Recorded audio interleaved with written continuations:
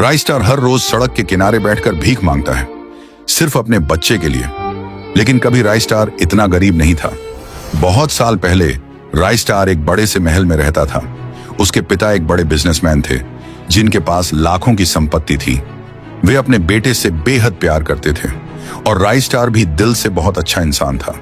वह अपने पैसों से गरीबों को खाना खिलाता, किसी को कपड़े देता तो किसी के बच्चों की फीस भरता।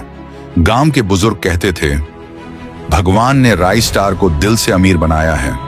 एक दिन जब राइस स्टार गरीबों को खाना खिला रहा था, तभी उसकी नजर वहां खड़ी एक सुंदर लेकिन बेहद गरीब लड़की पर पड़ी। उसकी आंखों में मासूमियत थी और चेहरे पर भूख। राइस स्टार ने खुद जाकर उसके हाथ में खाना दिया। वहीं से उनकी कहानी शुरू हुई। राइस स्टार रोज उससे मिलने लगा, उसके दुख सुनता, उसे हंसाने की कोशिश करता। धीरे धीरे दोनों को प्यार हो गया। लेकिन जब यह बात राइस स्टार के पिता को पता चली तो उनके सपनों का महल हिल गया। उन्होंने राइस स्टार को गुस्से में घर बुलाया। हमारी इज्जत मिट्टी में मिलाना चाहता है तू, एक गरीब लड़की? राइस स्टार ने शांत आवाज में कहा। वो गरीब है लेकिन उसका दिल अमीर है। यह सुनते ही उसके पिता का गुस्सा फूट पड़ा। या तो उसे छोड़ दे या आज से तू मेरा बेटा नहीं। राइस स्टार ने पल भर सोचा और फिर कहा, मैं उसे नहीं छोड़ सकता। अगले ही पल उसे धक्का देकर घर से बाहर निकाल दिया गया। अगर मैं मर भी जाऊं तो वापस मत आना। राइस स्टार रोते हुए महल छोड़कर चला गया। वह एक दूर गांव में आकर एक छोटी सी झोपड़ी में रहने लगा। शुरुआत में बहुत मुश्किलें आईं। कभी खाना नहीं मिलता तो कभी काम, लेकिन वह हार नहीं मानता। वह और उसकी पत्नी खेतों में मजदूरी करते, दूसरों के घरों में काम करते और छोटी सी खुशी में बड़ी मुस्कान ढूंढ लेते। कुछ समय बाद उनकी जिंदगी में एक नन्हा सा मेहमान आया। उसका नाम रखा गया आरव। आरव राइस स्टार की पूरी दुनिया बन गया। वह उसे कंधों पर बिठाकर कहता, बेटा, मैं तुझे कभी भूखा नहीं सोने दूंगा। लेकिन किस्मत शायद यही सुनने आई थी। जैसे जैसे आरव बड़ा हुआ, घर की जरूरतें बढ़ती गईं। एक दिन राइस स्टार अपनी मेहनत की मजदूरी मांगने अपने मालिक के घर गया, लेकिन अंदर जो देखा उसकी सांसें थम गईं। कमरे में उसकी पत्नी उसके मालिक के साथ थी। राइस स्टार की आवाज कांप गई। तुम यहां? उसकी पत्नी ने एक पल भी नहीं सोचा। अब मैं तुमसे प्यार नहीं करती, मैं अमीरी चाहती हूं, गरीबी नहीं। उस पल राइस स्टार को लगा उसका दिल सीने से निकल गया हो। वह चुपचाप घर लौट आया। रात भर आरव को सीने से लगाए रोता रहा। अगली सुबह वह आखिरी उम्मीद लेकर अपने पिता के घर गया। सब कुछ सच बता दिया, लेकिन पिता ने पीठ फेरते हुए कहा, जिस रास्ते को चुना है उसी पर चलो। एक बार फिर दरवाजा बंद हो गया। अब राइस स्टार सड़क पर बैठकर भीख मांगने लगा। तभी एक चमचमाती गाड़ी आकर रुकी। उसी गाड़ी से उसकी पत्नी और उसका मालिक उतरे। दोनों हंसते हुए बोले, देखा आपने लापरवाही का नतीजा है। आरव अपनी मां को देखकर दौड़ पड़ा और तभी तेज रफ्तार गाड़ी ने उसे टक्कर मार दी। आरव सड़क पर गिर पड़ा। राइस स्टार चीखता रहा। लोग इकट्ठा हो गए। वह आरव को गोद में उठाकर अस्पताल भागा। डॉक्टर ने कहा, 10 लाख अभी चाहिए वरना देर हो जाएगी। राइस स्टार टूट गया। वह हाथ जोड़ता रहा लेकिन कोई मदद नहीं मिली। तभी अस्पताल में एक जाना पहचाना चेहरा आया, राइस स्टार के पिता। उन्होंने बिना कुछ कहे पैसे जमा कर दिए। आरव की जान बच गई। राइस स्टार अपने पिता के गले लगकर फूट फूट कर रो पड़ा। पिता बोले, आज मुझे समझ आया असली अमीरी क्या होती है। आज राइस स्टार, उसके पिता और आरव एक साथ खड़े थे। किस्मत सबका इम्तिहान लेती है। जो दिल से सही होता है वह देर से सही, लेकिन जीतता जरूर है, क्योंकि कहानी अभी बाकी है। कहानी की शुरुआत होती है सोनापुर नाम के एक छोटे से गांव से, जहां 2 जिगरी यार रहते थे, ज्ञान भाई और राइस स्टार। उनकी किस्मत में गरीबी कुछ इस कदर लिखी थी कि 2 वक्त की रोटी के लिए भी उन्हें गांव के बाहर हाथ फैलाने पड़ते थे। हर शाम जब वे थके हारे गांव लौटते तो चौपाल पर बैठे लोग उन पर हंसते हुए कहते, अरे देखो देखो, गांव के राजकुमार आ गए। क्यों भाई, आज महल बनवाया या नहीं? सब जोर जोर से हंसने लगते। यह सुनकर राइस स्टार गुस्से से लाल हो जाता, लेकिन ज्ञान भाई हमेशा उसे रोक लेता। दोनों चुपचाप अपने टूटे फूटे झोपड़े में चले जाते। रात को भूख और ठंड के मारे उन्हें नींद नहीं आती। वे बस छत को घूरते रहते और सोचते, क्या हमारी जिंदगी हमेशा ऐसी ही रहेगी। एक शाम दोनों अपनी खटारा बाइक पर गांव लौट रहे थे।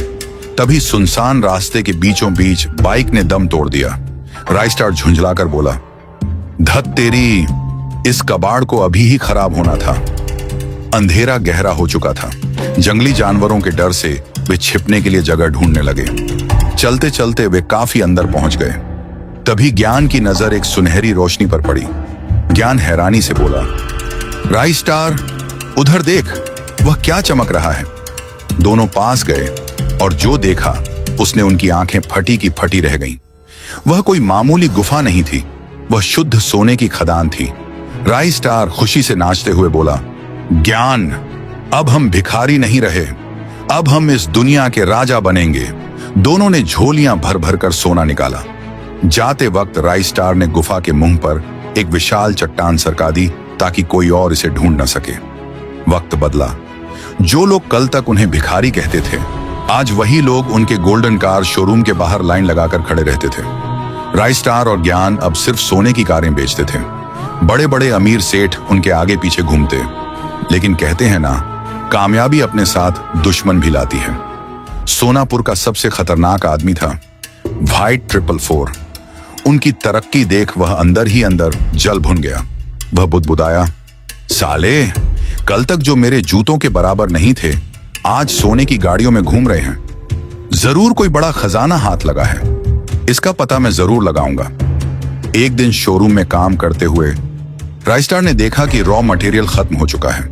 राइस्टार बोला, ज्ञान, कार बनाने के लिए सोना खत्म हो गया है, कस्टमर वेट कर रहे हैं, तू जल्दी खदान से थोड़ा सोना ले आ।